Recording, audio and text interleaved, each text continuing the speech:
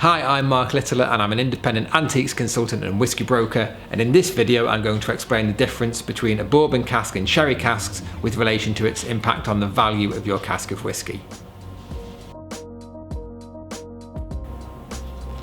The two most common casks that you will find in Scotland are former bourbon casks and former sherry casks. Bourbon casks are typified by giving a very light colour because they tend to not be as active as sherry casks. So as you can see in this 30-year-old sample, the colour is actually still quite light. However, against this 10-year-old sample, which was from a fresh fill sherry hogshead that was only 10 years old, you can see the colour is incredible.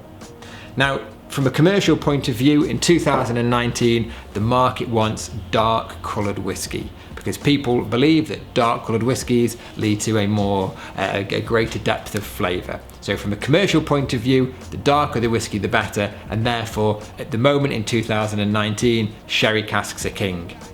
Now, likewise, you also got to look at the impact on the flavour that these casks impart. Now, bourbon casks impart very subtle flavours, whereas sherry casks, especially fresh fill sherry casks, can impart a huge amount of Christmas cake and sherried influences on the whisky.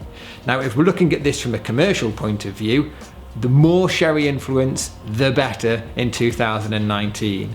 Now, whether that's right or wrong, why not just drink sherry if you want your whiskey to taste like sherry? That's another question. But from a commercial point of view, in 2019, fresh fill, very active sherry casks are king. Now, one of the questions that you've got to look at if you're buying a cask of whiskey is where will the market be in 10 or 20 years time from now? We don't know. The market for sherry casks at the moment is king, but as the industry progresses, it might move more to favour bourbon casks, which is very much the case in Europe at the moment. We've got lots more video guides and blogs on our website, which is marklittler.com, and if you've got any questions, just let me know and I'll be happy to help.